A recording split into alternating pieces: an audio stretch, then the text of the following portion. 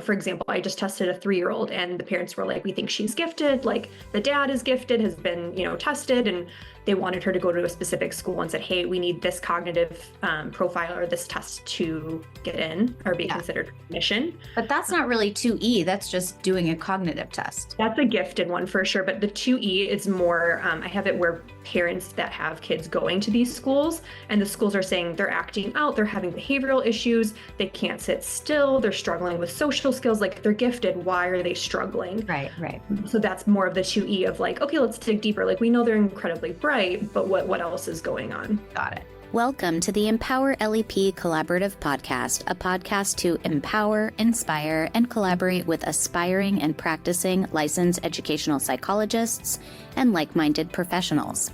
We're your hosts, Jana Parker and Bethany Zoller, bringing professionals together to talk business, private practice, and find inspiration from our community. Hello, and welcome to another episode of the Empower LEP Collaborative Podcast. I'm Bethany Zoller. And I'm Jana Parker. And today we are so excited to have a guest who has, she's pretty new to the world, but she's taken it by storm, the LEP world. So I'm excited to introduce Rachel Holowicki, who is brand new to full-time LEP, correct? Correct, yeah. Awesome. Well, we are super excited to get to know you. And so I'm just going to start off by saying, tell us about yourself. What are you doing? What's your business name? Where are you located? All those sort of details. Yeah, absolutely. Thank you so much for having me. So I am new to the LEP world full-time, but I've been doing it part-time for about 2 years now. I live in Daly City, California, but my office is in San Francisco. So I rent a space in San Francisco in Pacific Heights. It's like north side of San Francisco. And then I also rent a space in Berkeley. So that way I can cover the San Francisco Bay Area, either, in San Francisco proper and then in the East Bay as well, which is really nice. Have you had both of those offices just since for this 2 years? Wow. No, so I've been using the San Francisco office primarily, but I'm expanding to Berkeley because I'm finding that a lot of the schools in the East Bay are coming in with referrals and a lot of the parents in the East Bay. So I want to make it more convenient for them. I want to make it, just a little bit easier to get there. Yeah, cool. But like $9 to go over the bridge or something. So just make it easy for everyone. And then my business name is just my name. It's Rachel Holowicki, LEP Inc. Perfect. Yeah. Perfect.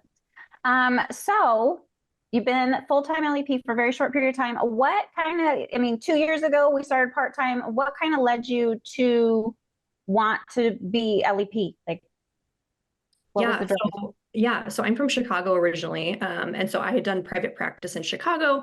I've been a school psych, for years now. And then I was like, man, I really eventually do want to own my own practice. I want to do my own thing. I want to be independent, but I can't do that. Sure. I already have a question. Hold on.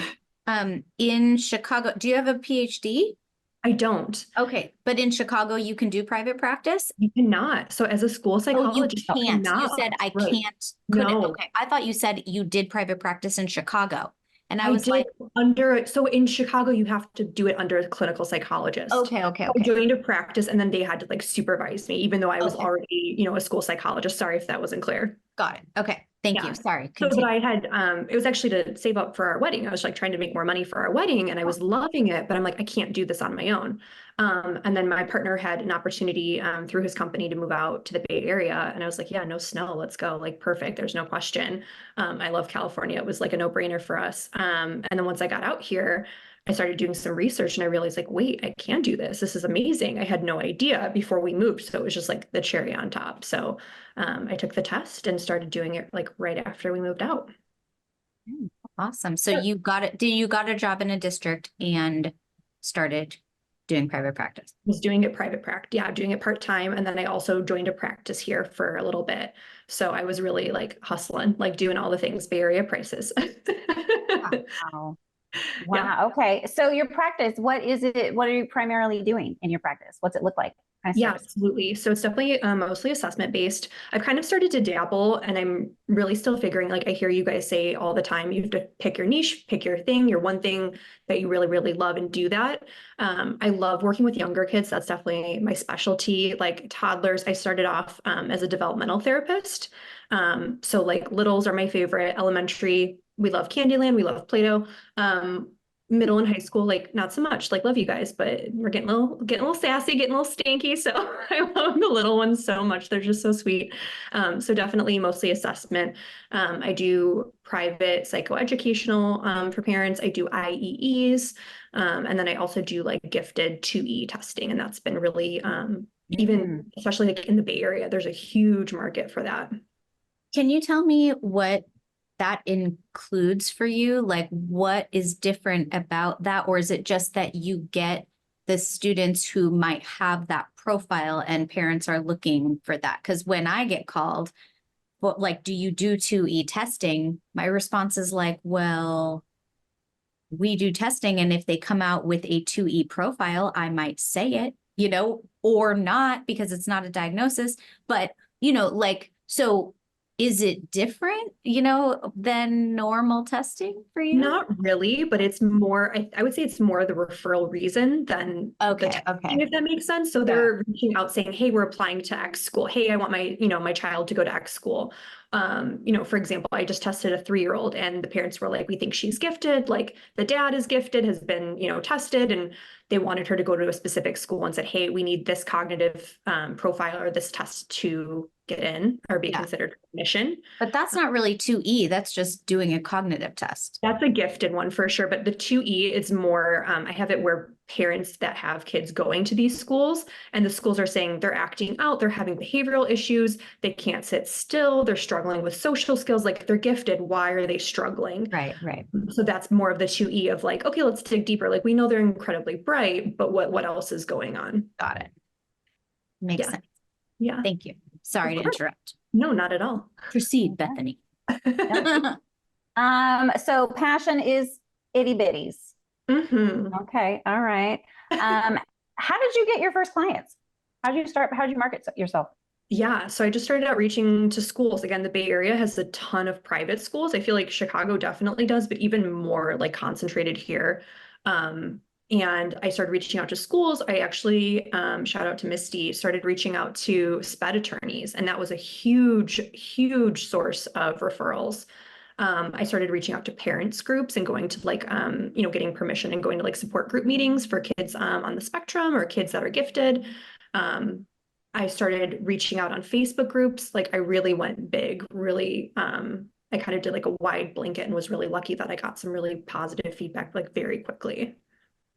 That's amazing. Yeah. I've been shocked at how quickly it's taken off. It's been super exciting. Now your practice, it's solo, right? You're not having anybody with you yet. It sounds like you're probably going to need them as you, so what are your dreams for your business? What do you want it to be since you're starting out? Like, what do you want? Where do you see it? I'm still figuring that out. I think I have always been like very much like overachiever, like, you know, all the clubs in high school, like straight A's. Like I've always very much been like, just keep going. I'm first generation in my family to go to college. So it was really funny. My mom's like, yay, we're so proud. And then like a master's and then another master. And she's like, you're good. Like you can stop. So like, I really, truly don't know yet. I'm still figuring that out. And I think it's just like, as big as I can make it, as far as I can go, I'll do it just because that's kind of who I am as a person. Love it. Yeah. Let's see. What else do I want to know about Rachel? Jana, do you have any questions? I was just thinking about how like when you start out, you sometimes, you know, you don't really know. Like I always kind of knew I wanted to have a group practice, but I didn't know how I was going to get from A to B or when it was going to happen. And yeah, at first I was just kind of doing, I mean, I started like, and 2 months later, COVID hit, but I was still working full time in schools, you know, so it was okay. But yeah, you just have to kind of start like putting your feelers out and not being afraid to, because we get that question all the time, like, how do you get your business? And it sounds like this is a really good example of how you get your business. You have to just have the confidence and go out and do it. Because, and if you do, I almost feel like if you don't have the confidence, like you got to either find it in yourself and just kind of know. Make it. Yeah, I was going to say, that's my go-to is I'm a fake it. Yeah. Yeah. Or you ask for help or you go work in another practice. Didn't you say like part of your experience, like doing private practice was working a little bit in a different practice? Yeah, so I've worked at a couple different ones, both in Chicago and then here. So I'm actually talking to one right now about possibly like collaborating and helping them fill theirs. So it's kind of like it works for you, it works for me, rather than competing. And I love that about like your like all of your platform right now is it's all about learning and growing and empowering, especially like, I mean, we love the guys too, they're welcome, but like all these women, like all these amazing women just like going for it and doing it. Mhm.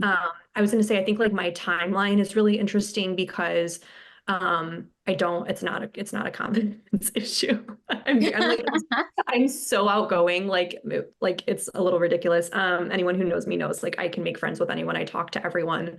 I went to yoga the other day and I literally got like a referral like during yoga, like after the mom was like, oh, like I was joking with like I'll talk to anyone. I was joking. I was like, oh, I feel like I should be at work right now. Like, haha, like it's 9 a.m. on a Monday. What am I doing? And I'm like so excited to be like out in the world. And she's like, oh, what do you do? And we started talking. She's like, oh, I actually like would love your help. And I was like, there you go. Like, boom, like I've done, and that's how I started out was I've done nannying, tutoring, camp counselor, and it's all been me introducing myself word of mouth. Like that's just like my personality. But I was going to say my timeline kind of like pushed me. And it wasn't that I was scared, but I think a very real thing, especially in the Bay Area, is cost and just like financially, how do we make this work? It's scary. It is a big jump. But just like my timeline kind of, like you said, recently, I just got into this because I left my district job. I had some really big life events happen and it was kind of just like, now's the time. Like the universe is sending me like a big green light. Like you're done with the district. You know, you just went through some really hard things. Like let's rise from the ashes, start again. You have the time, you have the ability to put 100% of your effort and heart and soul into this. And it's like, it's now or never. Like either like you can keep doing what you're doing. And I loved being a school psychologist. That's not it at all. But I wanted to do it in a different way. I wanted it to be what I wanted it to be. And I felt like, you know, these timelines and the pressure, and it's like you're a counselor, but you're also testing, but you're also just being pulled in all these different directions. And I want to write reports that kids and families deserve. And I want to give them the time they deserve. And when you're at the district, it's just like boom, boom, boom, do them as quickly as possible. And that never like sat right with me. That didn't feel good to me. Yeah. I had a similar, when I decided to fully go private practice, it was also because of some life circumstances that happened for me. And I know they're different from yours, but I was pretty miserable for a lot of reasons, but also learning a lot. And also there were a lot of really good things about my job at the time. I was a program specialist. And the reason that I was miserable was because I knew I wasn't being utilized the way that I knew that I could be if I was being valued for the skills that I had. And so I was like in this, I was like pigeonholed into this job that they gave me to do. And while I was good at it, I had all these other skills. And so I just was feeling like, and this is what that job was. Like, it wasn't like, it was like, well, this is what this job is. This is what you do. And so I felt really limited. And so after a year of doing that job, I knew that I was like, okay, I'm not going to do this forever. So I'm going to start my private practice. I'm going to leave the clinic. I'm going to start my own. I'm going to, so I'm going to build this up so that I have some money and then have the business, right? Like, then people know that I've gone out on my own. And then, every January, February, it would come around and I'd be thinking like, oh, am I going to leave? Am I going to stay? What's my, how many years in do I have? What's my CalSTRS percentage going to be? Is that enough? I'm scared. And, finally, I knew I needed to do 3 years in that position so that I would get like that high paid, like my highest paid 3 years, blah, blah, blah, CalSTRS. But I did 4. And in that January, my dog, who I had had for 13 years, passed away. Oh, and so I just like looked at him like dead, right? Like he died at home. I mean, it was horrible, but like he died at home. And I was just like, Cody was alive and now he's not. And like all that mattered was like what he was doing when he was here. And like now he's just not here. Right. So life is that short. And I want my life to be led in a way where I feel like I am doing the work that I was put here to do every day, rather than just living out a job to have another year of a pension, or a consistent paycheck. It just wasn't, I couldn't do it anymore. So it was like literally right then that I was like, that is it, and I talked a lot to my therapist, but that was it, and I like put in my notice for, and said, I'm leaving at the end of the year. So it was like, that these kinds of things like help us kind of see like, okay, that's it. Like, I can't do this anymore. I need to live my life for me and do what feels right. Totally. I'm so sorry about your pupper. It happens, right? It's life. Yeah, we moved out here, and I'm looking at this beach, and I'm looking at this beautiful place that I live, and I'm coming home and I'm exhausted, and I was stressed and burnt out. And like, to be fair, like, I love my teachers, I love my kids, like my day-to-day was amazing. I loved the job and I loved the work I was doing. I just wanted more from it. And like you said, I felt kind of pigeonholed, but I just felt like I could be helping so many more people. But also, yeah, like life is short. Like, I lost my dad in December, and really that was a huge wake-up call for me of like, again, one day you're here, one day you're not. And I'm like, I want to be able to, get more out of life than just the career, right? So I think a lot of people get like their identity sucked into work, and it's so easy to just get on like autopilot. And I'm like, I want to have energy to go to the beach. I want to have energy, I want to be a mom. And I kept telling myself, like, I'm going to stay in the district for maternity leave. I'm going to stay for, health insurance. And I've navigated that. I figured out other ways. Like, if you want it bad enough, you figure it out. And, I'm sick of like putting other aspects of my life off because I'm so burnt out and stressed from work, if that makes sense. And just like, I want to come home and be able to be, the partner, the dog mom, the friend, the sister, the daughter I want to be, and not just be like, this job will suck the soul out of you if you let it. And it's like, I love the work, but I wanted to do it in a little bit different way. Yeah. Yeah. So what's your work life, like day-to-day life like now? Like, if I was watching you for the day, what would it have in it? I definitely work better when I chunk my time. So like, I can't sit for hours on end and just like, if I have to, like, if, I'm very organized with my time, but I really do well when I work for a couple hours and really focus and then take a break, right? Like, and I feel like we do this with kids. We expect them to sit for 8 hours straight and like focus. It's really hard. So I'll take a break and I'll go for a run. I'll take a break and I'll go walk my dogs. And I feel like that works best for me. So my day-to-day, right now, because I'm building my business up, I have a lot of meetings with schools coming up, taking campus tours, lots of Zoom calls, lots of, marketing and just like networking stuff.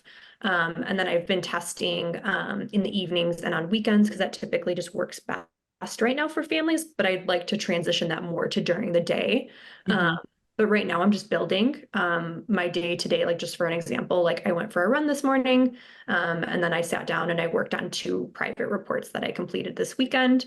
And then I got to podcast with you lovely people. So it was a good day. It was a great day. Yeah.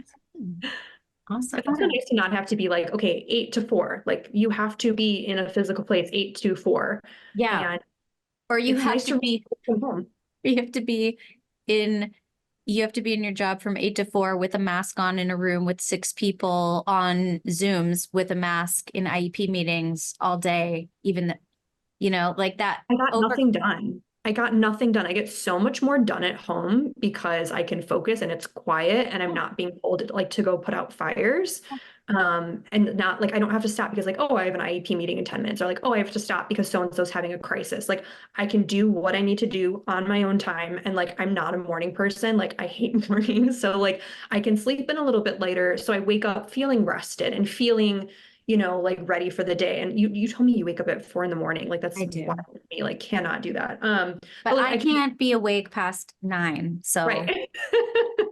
Probably when you do your best writing or something. I can like tailor my schedule to when I have energy and when, like around my life. Like, again, like there is more to life than work. And I love what I do. I love working hard. That's not it. But like, there's more to life. Like, there's other things that I want to prioritize and have time for. And now I do, which is awesome.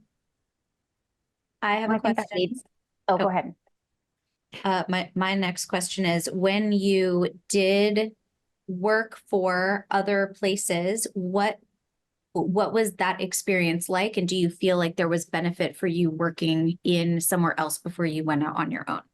Definitely. I would definitely recommend that, just to see like how a business runs too. And I think I understood, but just really seeing the day-to-day helped a lot. And I would recommend it. My experiences were great. They were really positive. I learned a ton. I learned a lot of like test kits that wasn't familiar with or I wasn't trained on in graduate school. So that was like a huge door open. I really felt, excuse me, I felt like I learned a lot from other clinicians and just, again, different minds, different perspectives, different programs. Again, making the transition from Illinois to California, things are done a lot differently out here. So learning that way. And again, just getting to know the owners and getting to know like the higher ups and hearing them talk and hearing them say like, oh, we gotta, have this meeting, or oh, I have to take care of this, really gave me some better insight into like kind of what I was getting into. And I thought originally that it would scare me, but it honestly made me want it more because I'm like, I could do that. Like, that's not like I can figure that out. Like, it's definitely a huge learning curve. But again, if you don't know, you ask for help. But watching other people do it made me realize like I can do this too. Like, I definitely can. It was also just it's also helpful to get your name out there too, because I've had people reach out to me that are like, oh, I worked with you at so-and-so, like, are you still working there? And I say, I'm actually doing my own private practice now. So that's another way to market yourself and get your skills out there. And just learn about, the area that you're in, the need, the market, what people are looking for, what they're not looking for. I'm going to go do the inclusive schools fair again in March. And like, I learned what that even was through the private practice I was at. So it just really gives you a sense of what are people looking for? What's the market? What's needed in your area and how to do it. Mm-hmm. Yep. Do you have a mentor, Rachel, that is walking you through this, or how are you navigating these steps? I don't yet. Honestly, I'm flying by the seat of my pants. A lot of research. I'm doing a lot of research. I'm doing a lot of Googling. Honestly, I know you were going to ask me about advice I would give. I'm learning a lot. My uncle, he's also my godfather, is an accountant. So I'm learning a lot from him.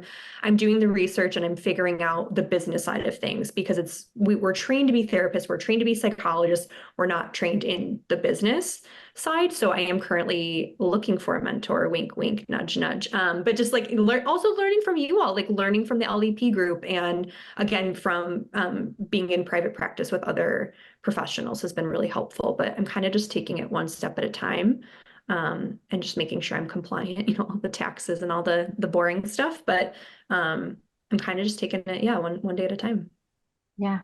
And I think that's why Jana and I both just felt the direction of making this podcast is because they're just really, that's Jana did it. I did it. We just kind of like pieced things together, and stuff that worked, we kept doing it, and stuff that didn't work, we stopped doing it. But it's nice that there's lately been so much online support that you can find. So. Yeah. And there's so many groups, like I'm learning something new every single day. And like when we had like our LEP, meeting, again, just hearing from other professionals that are doing the same thing, you're going to learn something new. So I'm doing a lot of listening. I'm doing a lot of research. I'm reading a lot. I'm listening to podcasts. And again, if you Empower LEP Collaborative, like that one, yeah, just like that one. You're like just making sure.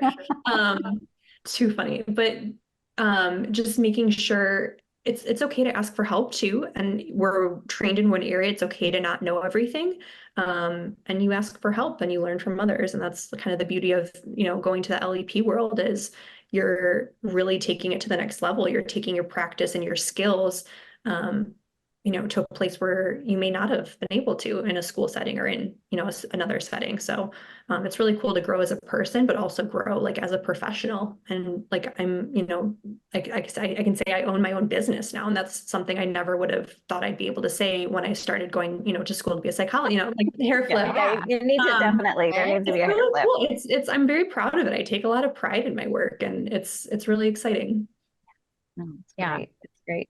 I was actually just thinking about, because it's the end of January, and one of the things I want to implement for my practice over this year is doing like a recap of the month and looking forward.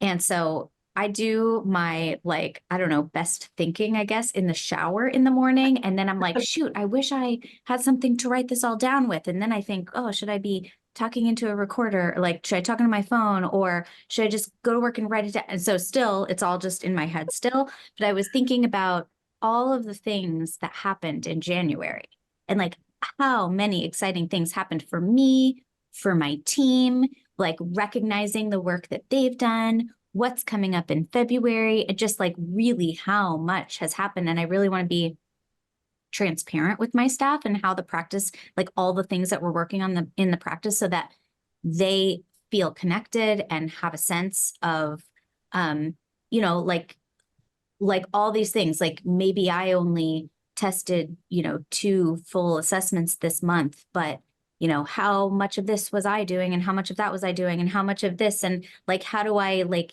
have them understand like the work, not like, oh, look at how much work I'm doing, but more like, look at all this amazing stuff that's happening, and like all these partnerships that we've created, and these, you know, schools that have reached out to us, and just like, because it's a lot about that too, right? Like as you own a practice, it becomes not just you're doing the work, because now you're a business owner, right? So business owner becomes a lot of the work that you're doing every day. And then you have to have the actual work that you do. And you were just saying like, you're really good at like time blocking. I am not good at time blocking and like switching my mind back and forth. I'm like, okay, Jana, someday you've got to stop just booking yourself full of like lots of different things, because I don't have big chunks of time that I can just write a report or sit down and write this letter to my staff that I want to write. Like I've been thinking about this now for 3 days and I haven't had a chance to like actually write this letter to them. But you know, I don't even know how I went off on that tangent, but there you go. My notes app on my phone is so chaotic. I write things on like my notes. Yeah. But when you were saying you think of things in the shower, I was thinking of Kevin McAllister in Home Alone when he has the recorder and the uncle's in the shower. That's what that made me think of. Oh gosh. You should get one of those and just talk into that. No, so Or a whiteboard high up, you know, so the water doesn't hit it. I'm get a whiteboard. That's too Write it all funny. down. It'd be great.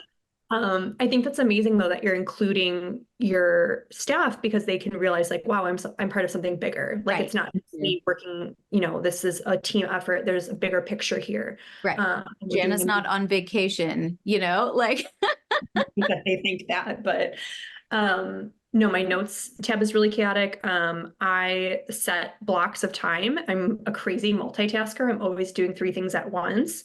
It's like my only hurdle with working from home is I'm like, oh, I'll throw in a little laundry. Like, oh, I'll take the dogs out. Like, oh, I'll do it.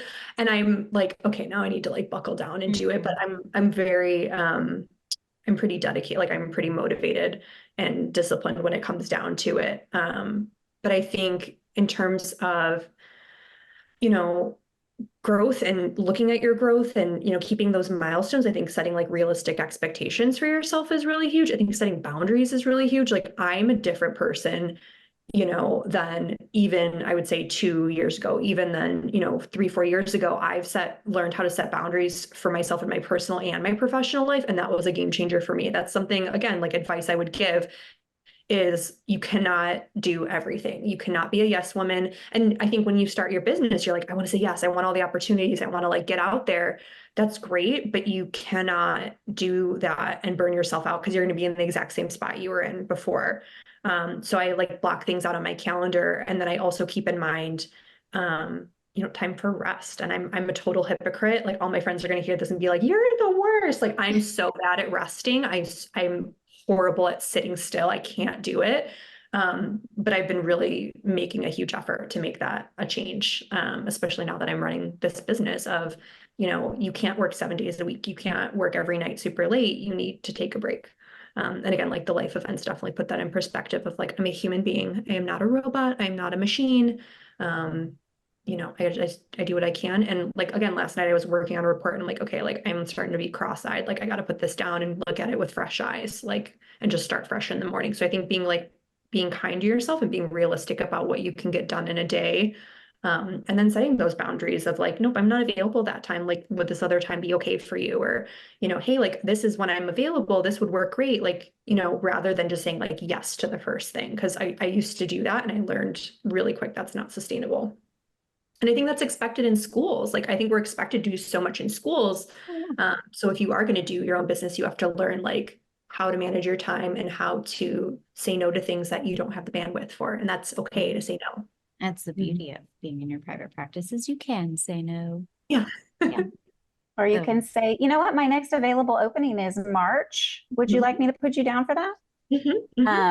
Yeah, I love that. I love that line. Yeah. We can absolutely do it. We got to wait a few months, but I'm there for that. I am ready to go in April. Not today. And that's the thing is also I've learned like not everything is an emergency. Like not everything has to be done right now. And I feel like when I was in the schools, like everything was urgent. Everything was an emergency. Like there's no such thing as an emergency IEP, guys. Like we have 60 days for a reason. Like calm down. But it's like everything's so urgent and everyone's up to here and it's so stressful and you have to like not embody that and not soak that up. And I'm like a total empath where I do feel like if people around me are stressed, I'm going to be stressed. And I wanted to work in a way that people were happy around me. Like I don't want to be stressed. I don't want to absorb that. And our school systems are just like so overworked right now. We're stretched so thin. Teachers are amazing, sped teachers, case managers, RSPs in California like do so much hard work. And I think we need to acknowledge that. And I think as a system, like we're just burning people out, really talented, amazing people, and we're burning them out because we're asking too much of them. So I think that was a big part of it too, of like, I can do this work, yes, but I cannot do it at this rate. I cannot crank out, 100 evaluations a year. That's insane. Yeah, my first year out of grad school, I did 100 evals by myself. Like that's absurd. Like too much. Again, like I can do the work, but I want to do it well. I don't want to make, careless errors or just slap something on a piece. Like these are people's kids, like these are people's lives. This is going to determine, whether a child learns how to read effectively or not. It's going to determine, can they, will they go to college? Can they hold a job? Like these are big picture, lifelong decisions that we're tasked with making. And I don't take that lightly. And I feel like in the school, they're like, just on to the next one, like just write something down. It's like, no, slow down. You know what I always find the hardest part for that big of a caseload is it's not necessarily like I felt like I had a fairly good system to churn out reports that were meaningful, and my report template really saved me a lot of time. But the thing that drove me crazy is I couldn't remember who the kid was. Like they could walk past me and I'd be like, you, good to see you. Cause I can't, right?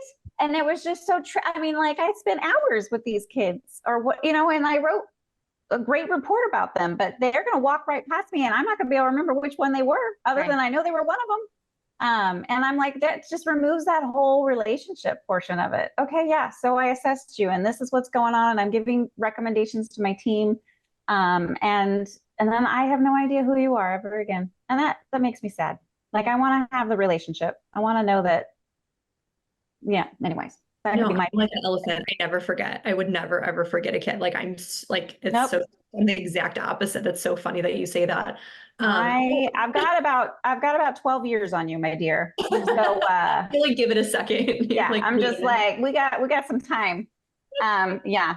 No, it was just I never did 100. I did like 90 something one year, and I remember just going to the meetings and going, "Oh yeah, you." Yeah. But that's the thing is it's not a like it's like those numbers are ridiculous. Like we're not robots and just working at that level without a break continuously, you're gonna burn out. Like it's not rocket science. And I don't know. I mean, I could go on. I think it also though depends, in my opinion, on what the rest of your load is.